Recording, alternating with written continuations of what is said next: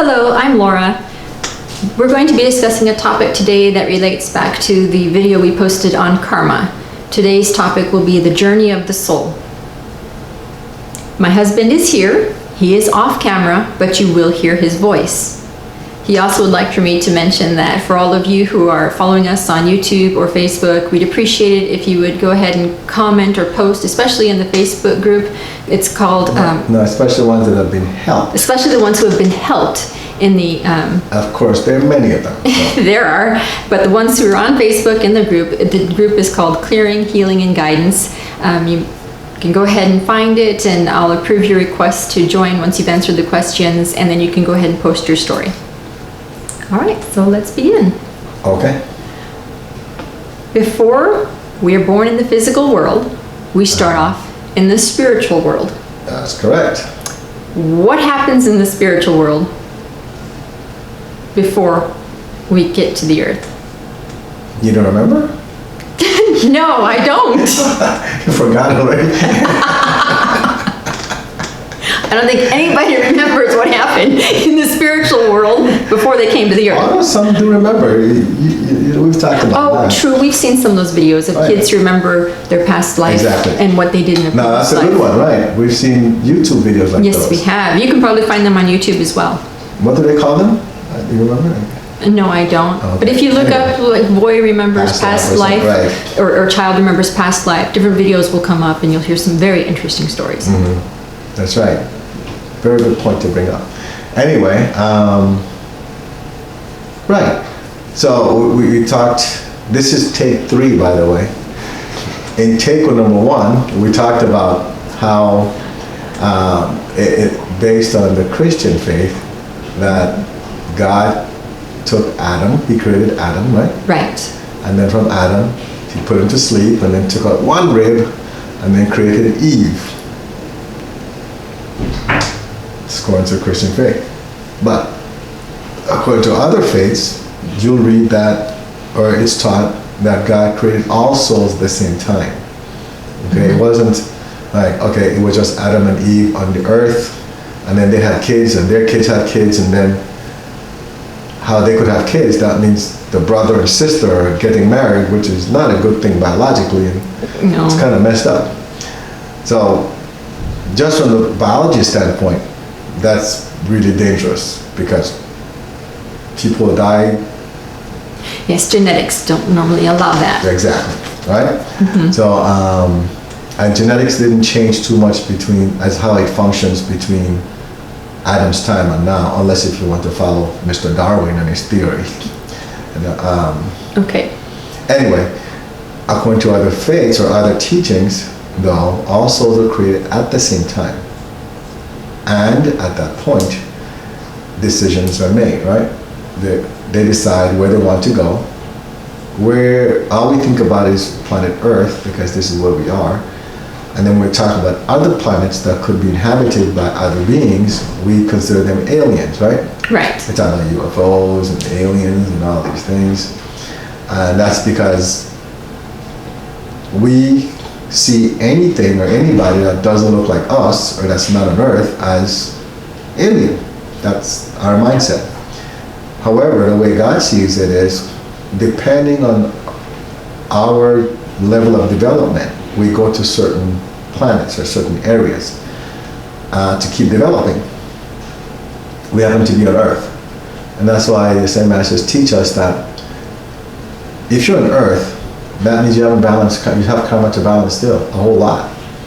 And this is one of the lowest places on the level as far as spiritual development, just to let you know. Okay. Okay, right. It's not like we're on the highest level anywhere. From my understanding, it's not the lowest, but it's nowhere near the highest, not even like the top half. So it tells you that we have a lot of karma to balance. A long way to go. And I always look at it as long as we're on the same planet, Earth, that means none of us are better than the other one. That's right. Because we're all here based on our karma. Mm-hmm. So what makes me better than you? When I'm here because I did so many things in the past that created some serious karma that I have to come back here. Right? Indeed. So for anybody out there that looks at someone and says, that person's better than me, or just because the person has more money, or maybe they put them on a pedestal of some kind, you don't need to do that. Because everything in life is spiritual based. And spiritually we're all equal, because we're all here on earth balancing karma. Okay. Okay? So kind of go off on a tangent there a little bit. Anyway, so before any soul is born, and in the previous video I think we talked about reincarnation, re-embodiment, right? We did. We talked about the difference of those. So the birth process is called re-embodiment, and that's because the soul is going to re-embody. It's going to enter into a different body, a physical body. Okay. That's why it's called re-embodiment, not reincarnation.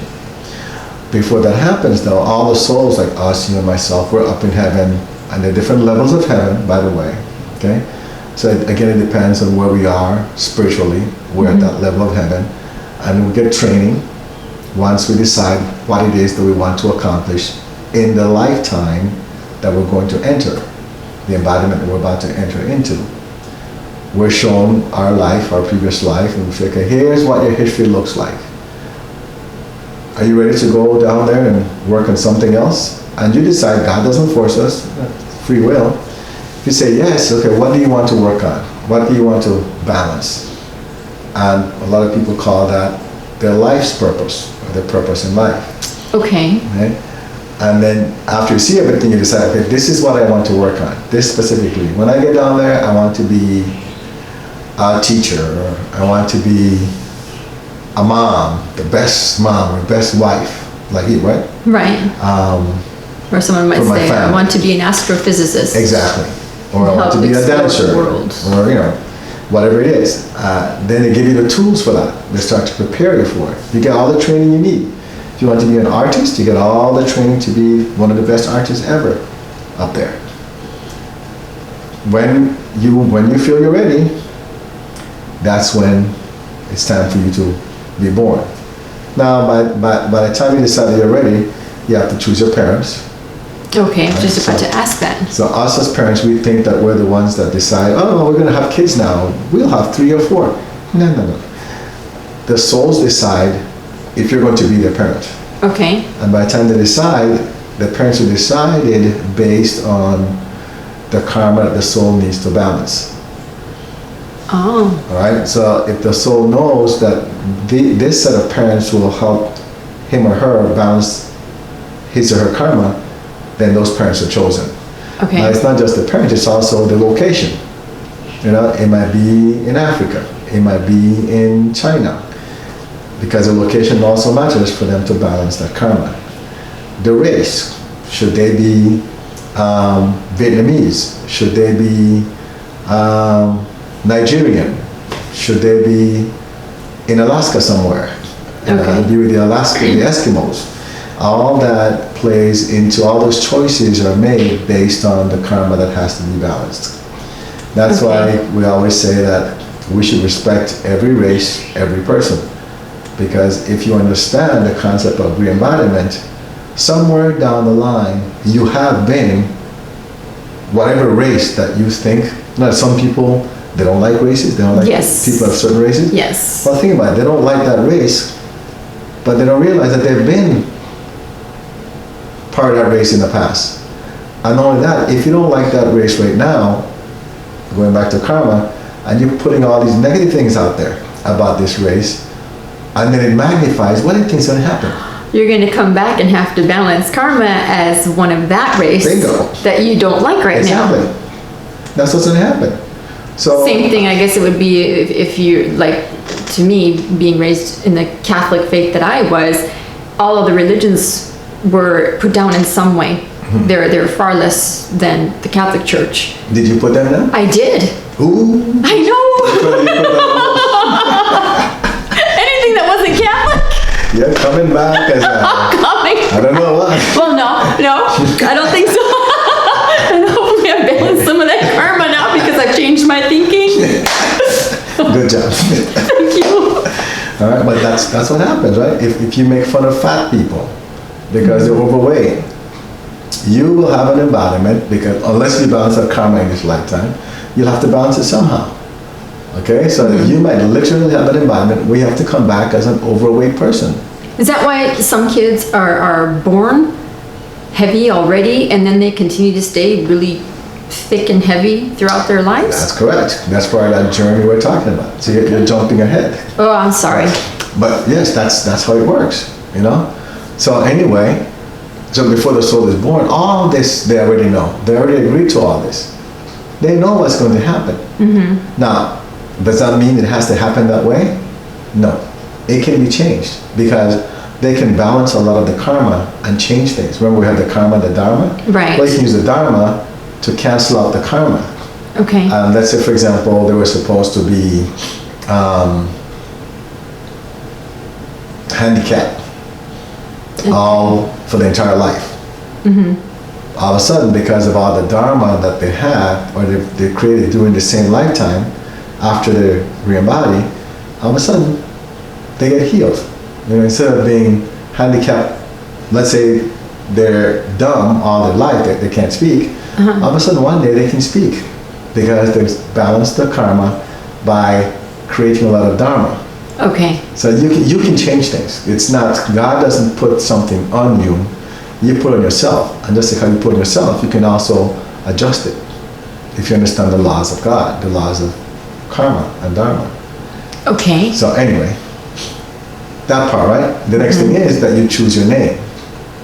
You know what your name is, and you choose your name based on, again, the karma that you have to balance, because your name is a key to the karma that you have to balance. They go hand in hand. All right? There's a certain vibration to your name that goes with you. That's why individuals that go and change their names, they don't understand that they're affecting the karma that they have to balance. Oh. All right? That's not something, in my opinion, that somebody should do. You have a name, okay, so you might not like the name, but if you understand the secret behind it, that's your empowerment. It's a name that you chose. It's not a name that your parents gave you, as we believe. You chose that name when you were in when you're in heaven. And something just happened along the way, and all of a sudden, maybe you don't like your parents, you don't get along with your parents, so you don't like your name all of a sudden. But you chose that name for a reason. Okay. So guess what? Stick with the name, because that will help you with your life journey to get you to where you need to go. So those are some of the things that happen up there before you embody. Now, as in take 2, I ask you to share the story just about, because you've experienced this with our kids. You know, when we got married and we talked about having our kids, you were told certain things. So how about if you share that? Because that's I think that would be an enlightening experience. Okay. Our children actually came to us. My husband was able to tell me that we were going to have a certain amount of children, and who they were, what they wanted to be named. I even asked what their favorite colors were, so as a mom I could start planning clothing, bedrooms, that kind of thing. And especially with our youngest daughter, we were told that well, first of all, she was supposed to be a twin with our second youngest. They were supposed to be twins, and she pulled out last minute and decided not to be born. And the reason why she chose not to be born is because she saw what was happening in the family. It's because she was worried about the expense she would cause us. Right. Because of her health situation. I think you forgot that part. I forgot that part, right, because I only remembered the other one. Right. That was the biggest one. That was the biggest one, was because she knew she'd be having some physical challenges and wanted to make sure that it wasn't a burden to us. But my husband went ahead and talked with her. No, you asked me to talk to her. Well, because I asked him to talk to her. He spoke with her, and he let her know that, no, God provides for us every single step of the way, that she should come, and we're ready for her. So when it came time for her to be born, she was born with some breathing challenges and had to stay in the NICU for 10 days. But what's NICU? Oh, the neonatal intensive just care unit. Just in case someone doesn't know. Right, and I had to remember what it was called. Do they have that in every hospital? I don't know. See? She was in the neonatal intensive care unit. for 10 days. In an incubator or something? She wasn't an incubator for a couple days. Couple days? For a week? No, not a whole week. That machine to put her in? That was a week? The incubator with the blue lights was only for a couple days. Otherwise, it was just a bed that kept her warm. Oh, that was a bed? Yes. Oh, okay. Fancy technology. Anyway, getting back to the point of the story, we were told while she was in utero of some things that we could do from our end to help her with balancing that karma and to be able to be born so she wouldn't have as difficult as a time as what she imagined or had agreed to be born with. So after 10 days, we brought her home, everything was fine, and now if you were to see her, you'd never even known that there was anything that happened when she was born. No kidding. She talks non-stop. She's a ball of energy all over the place. I can tell this much, she's not out of breath. Nope, not at all. No breathing challenges. Anyway.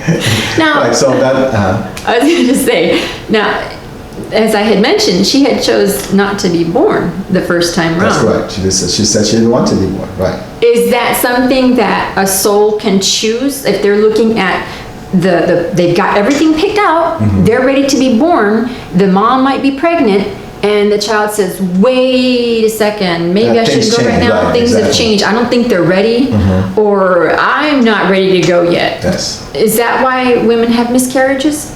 That's one of the reasons. That's one of the reasons that the kids, the soul pulls out and says, nah, this is not a good time.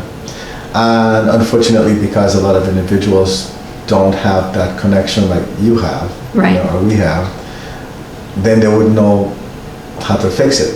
So that communication is not there for them to communicate with the soul and say, hey, don't worry about it, everything's fine. Okay, it might look that way, but we'll work on it.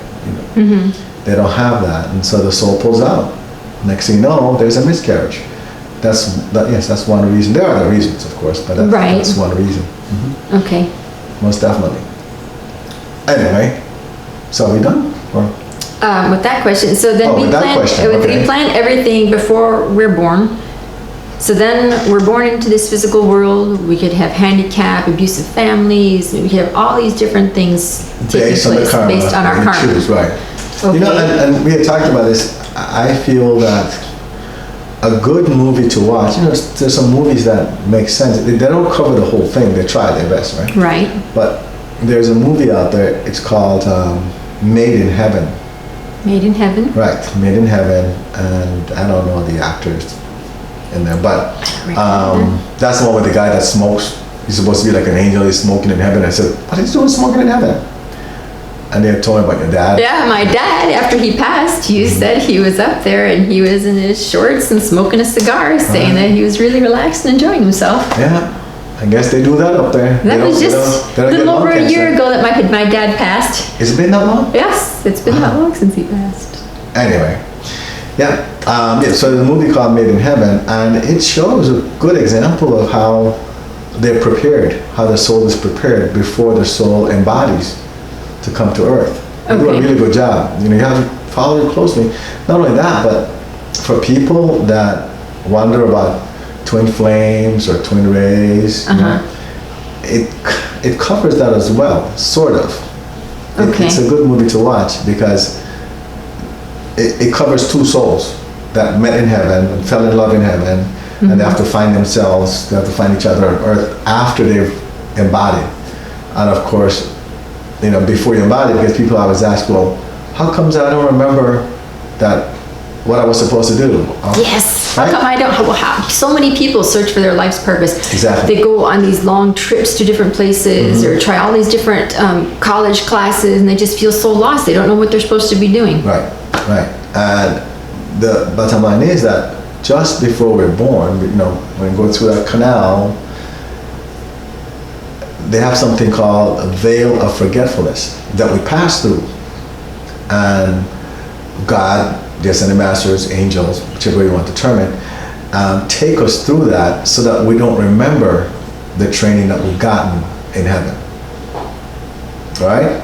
And the reason for that is that when we get here, because of the karma that we have to balance, imagine if we already know what karma we're supposed to balance. So we come down here, we just walk and say, so what's the balance? Life would be easy. Exactly, right? Hey, you, let's balance our karma. Come on. Exactly. Right? But that's not how it goes. You balance it. We create the karma. We have to go through what it takes to balance it.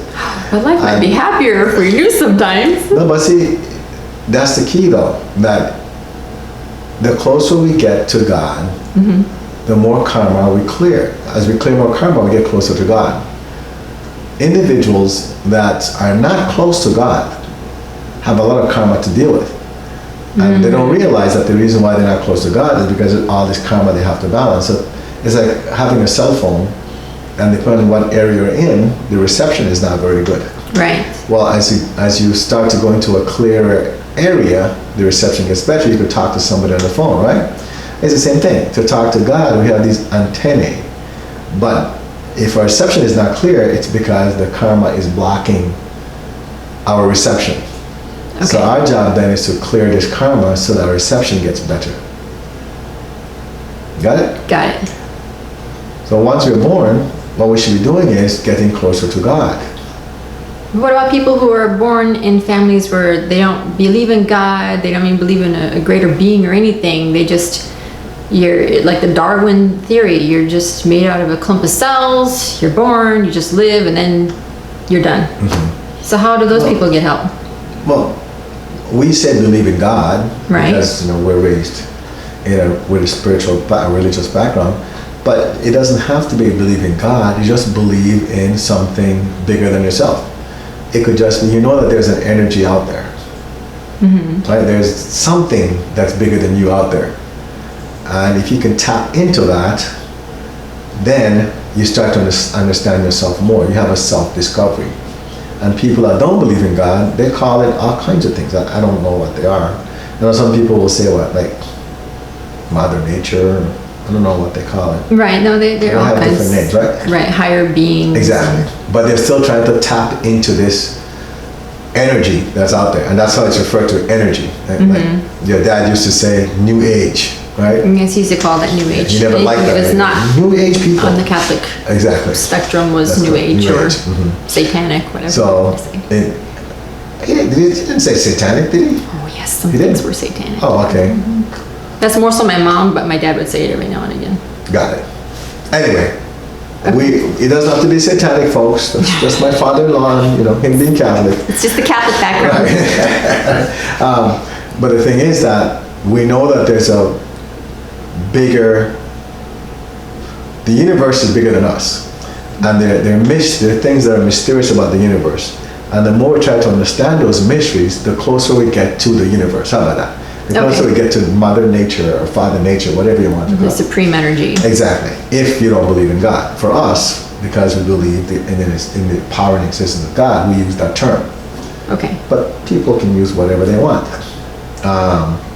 Anyway, so as you start to tap into that universal energy, your reception gets clearer, and then you can communicate clearly or more clearly with the universe. Now, it's said that it's like taking a pebble and dropping it into, say, a pond, right? Drop it in there, and you see ripples, and then just the entire pond, it's just, you see like this wave, right? And the same thing, tapping into the universe, the universal energy. Once you tap in,